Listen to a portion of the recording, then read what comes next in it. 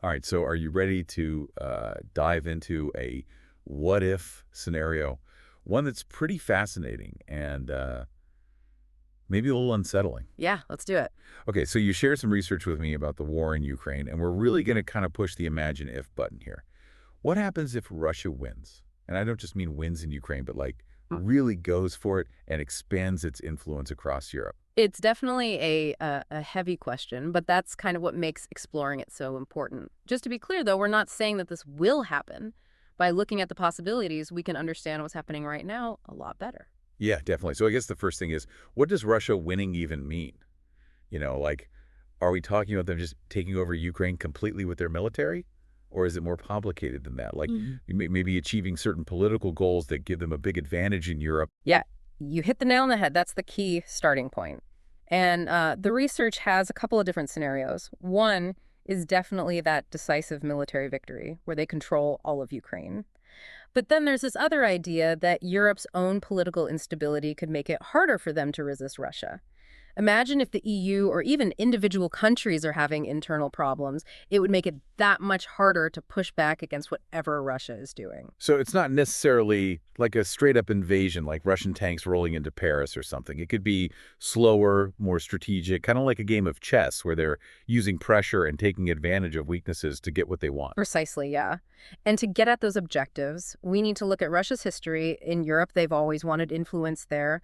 Think about the Soviet Union, and even before that, this push westward has been a recurring thing for them. Okay, so let's say they are playing this long game, like a chess game.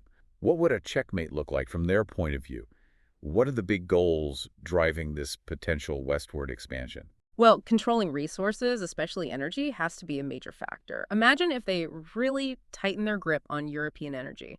That would give them so much power, not just economically, but politically. They could really dictate terms. Wow, that's a lot of power. It's like having all the cards in a poker game, except the stakes are way higher than just chips. Yeah, exactly. The research even gave this example, like they could change gas prices right before a big election, say in Germany, just to try to influence the outcome. Oh, wow. Yeah, that's playing hardball for sure. And that's just one example. They could influence policies. They could even try to break up alliances within Europe by turning countries against each other. And it would all be because of that reliance on Russian energy. Okay, so let's say, just for argument's sake, that Russia does pull this off.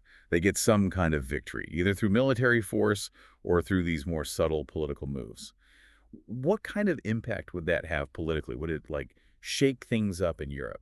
Oh, yeah, the impact would be huge. I mean, it would completely change the geopolitical landscape. Alliances like NATO and the EU, which we kind of take for granted, they could be seriously weakened or even completely fall apart. Wow, that's a pretty serious thought. I mean, NATO has been around for so long. Do you really think it could just crumble under pressure like that? It's definitely possible. The research talks about how NATO's strength really depends on all the members being united. If Russia can cause enough problems and break those bonds, the whole alliance could be at risk. Yeah, that makes sense. And I would think the closer a country is to Russia, the more nervous they'd be. Absolutely. Think about places like Poland or the Baltic states. They have a history with Russia and they wouldn't feel safe at all. It's like all of a sudden the security they've depended on just isn't there anymore. Yeah, it's like living next door to a bear that just woke up and you don't know if it's hungry. That's a good way to put it. And it wouldn't stop there either. This tension would spread to the rest of the EU. We already see disagreements between countries on how to deal with Russia. A Russian victory would make that so much worse. It could even split the EU, with some wanting to be tough and others wanting to be more cautious. Wow. Okay, so we've got potential divisions within Europe, alliances falling apart, and it can't just be a European issue, can it? If Russia gets stronger in Europe, that changes the whole world, doesn't it? You're exactly right. It goes way beyond Europe. And here's where China comes in. If Russia wins, it could push them closer to China. Imagine a scenario where they team up, forming a new global power, challenging the U.S. and all its allies. Okay, wait, hold on a second. We've got political chaos, alliances breaking down, a possible Russia-China alliance. What about the economic side of things? What would happen to the global economy? Well, get ready for a wild ride because we're talking about major instability. European markets could crash. Investors could pull their money out of the region trying to find somewhere safe. So it's not just politics, it's the economy too. And what about energy? We already talked about how Russia could use that to their advantage. How much worse could that get? It could get a lot worse. They could really squeeze Europe, drive prices even higher, make the crisis even worse. The research even suggests they could try to challenge the US dollar, maybe working with China and those BRICS nations. BRICS nations, can you just remind me who they are again? Oh, yeah, BRICS stands for Brazil, Russia, India, China, and South Africa. They're basically a group of big up-and-coming economies that have been talking about changing the global financial system, making it less reliant on the US dollar. So this isn't just about one region, it's about the whole global economic system, Yeah. potentially. And on top of all that, there's also cyber warfare, right? Yeah, exactly. Cyber attacks could become like the main weapon in this new world, maybe even more than actual military force. Think about attacks on infrastructure in Europe, power grids, financial systems, communication networks. All of it could be disrupted.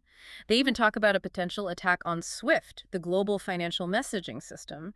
If that happened, it could paralyze international trade. Oh, wow, that sounds pretty scary. It really makes you think about how connected everything is now and how fragile that can be. Yeah, it really highlights that the future of conflict might not be about borders, but about lines of code. And it makes you wonder what life in Europe would actually be like in this scenario. Well, the good news is that the research actually looks at that. It has three possible scenarios for Europe's future in a world where Russia has all the power. Right, each scenario is very different visions of the future. Okay, well, you got me hooked. Let's dive into those and see what they say. So the first scenario, it paints a kind of dark picture. It's about Europe maybe turning towards authoritarianism. Authoritarianism. So, like, after losing to Russia, people in Europe start to lose faith in democracy. Like, they feel like it didn't protect them, and they want a stronger leader, even if it means giving up some freedoms. Yeah, that's the basic idea. We've seen this before in history. When there's a crisis, people lose faith in the system. And they'll give up some liberty if someone promises them security and stability. It's like they're trading one for the other. So these movements could, like, use people's fear to gain power and just get rid of democracy. That sounds like a scary movie, like a dystopian future. It does, doesn't it? And they could say, hey, we need a strong leader because of the threat from Russia. They could justify it that way. That's pretty chilling, like a domino effect. One country becomes authoritarian and then it spreads to its neighbors. Do you think that could actually happen? Or is that like the worst case scenario? I mean, it's definitely possible. The research makes a point of saying how quickly fear and suspicion can spread. It's not hard to imagine that happening. And those values we associate with Europe, democracy, human rights, rule of law, they all start to disappear. Okay, well, that's a pretty depressing path. What about the second scenario? That one had some hope, right? Something about resistance. Yeah, this scenario is about grassroots resistance movements, even guerrilla warfare in the places Russia occupies. People basically saying, no, we're not going to accept this. Oh, so even if Russia wins the war, they'll still have to deal with people fighting back, challenging their control. Exactly. It's like David and Goliath. These groups wouldn't have the same military power, but they could use their knowledge of the area, they could be more agile, and they would have the will to fight for their freedom. Yeah, that makes sense. I could see how that would make things really unpredictable and probably even more brutal, right? Because it's not a traditional war anymore. Oh, yeah, absolutely. We're not talking about armies on battlefields. It would be sabotage, attacks, anything they could do to disrupt the occupying force. And what would Russia do about that? Would they just send in more troops, more force, or would they try to work out some kind of political solution? That's the million-dollar question.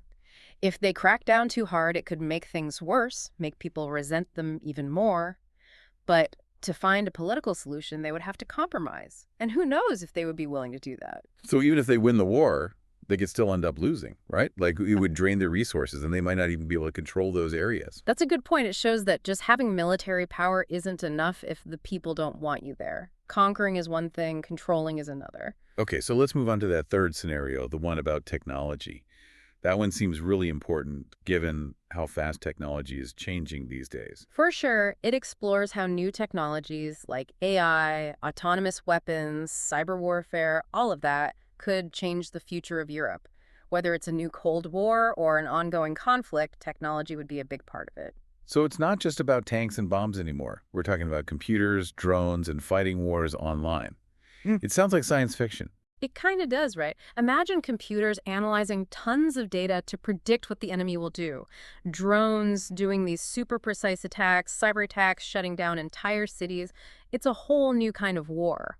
And it sounds even more dangerous than regular war because it's not so clear where the fighting stops and civilian life begins. Yeah, you're right. Cyber attacks can hit things we need every day, like power grids, transportation, banks. They could even attack smart cities, where everything is controlled by computers. Imagine if the traffic lights stopped working or the water system shut down. It would be chaos. So it's not just about military targets, it's about controlling whole societies with technology. Exactly. And then there are these autonomous weapons where machines are basically making decisions about who lives or dies without any human input. Whoa, wait a minute. That's starting to sound really scary. Are we talking about robots like in the Terminator movies? No, not that advanced, but it's still a problem, right? Who's responsible if a machine makes a mistake and kills someone? What if it malfunctions or gets hacked? And what happens to war when humans aren't making the decisions anymore? That's a lot to think about for sure. It seems like the more technology advances, the harder these questions get. Definitely. And the research says we need to be talking about these things now before it's too late, before these technologies get even more powerful and potentially even more dangerous. So we've looked at three very different scenarios for Europe, each with its own problems and consequences. What do you think the main takeaway from all of this is? I think the big takeaway is that the stakes are really high. We're not talking about some small conflict. This is about global power shifting, about whether Europe will be stable, about the entire world economy. The decisions being made right now are really going to determine what happens. So it's not enough to just watch this from afar. We're all affected by this, and the choices we make, together and individually, will shape what happens in the future. Exactly. This isn't about predicting the future. It's about understanding the possibilities, knowing what could happen, and being informed so we can make good choices. Okay, that makes sense. So now that we've explored these potential futures for Europe, let's bring it back to the listener. What does all of this mean for them, and what should they be thinking about? Okay, so we've talked about a lot of big stuff, politics changing, economies crashing, and how technology could change everything. It's easy to feel a bit overwhelmed by all of this, so let's bring it back down to earth a bit and talk about what it could actually mean for you listening right now. Yeah, that's a good point. We've been talking about these global scenarios, but the impact would depend on where you are in the world. Right, exactly. So let's get specific. If you're listening in listener's country, what could be some of the things you might experience if Russia really does change Europe like this? Well, the first thing would probably be changes in how listeners' country relates to both Russia and Europe. Alliances could change, trade could be disrupted, and the country's priorities might have to change. Makes sense. And how about everyday life? Could people in listeners' country see changes in prices, or maybe have trouble getting certain products? Could it even affect travel? Those are all definitely possibilities. For example, if Russia controls important energy resources, it could affect energy prices worldwide, which means higher costs for things like heating, driving, even just basic things you need. So groceries could get more expensive, and filling up your car might become a luxury. Yeah, that's right.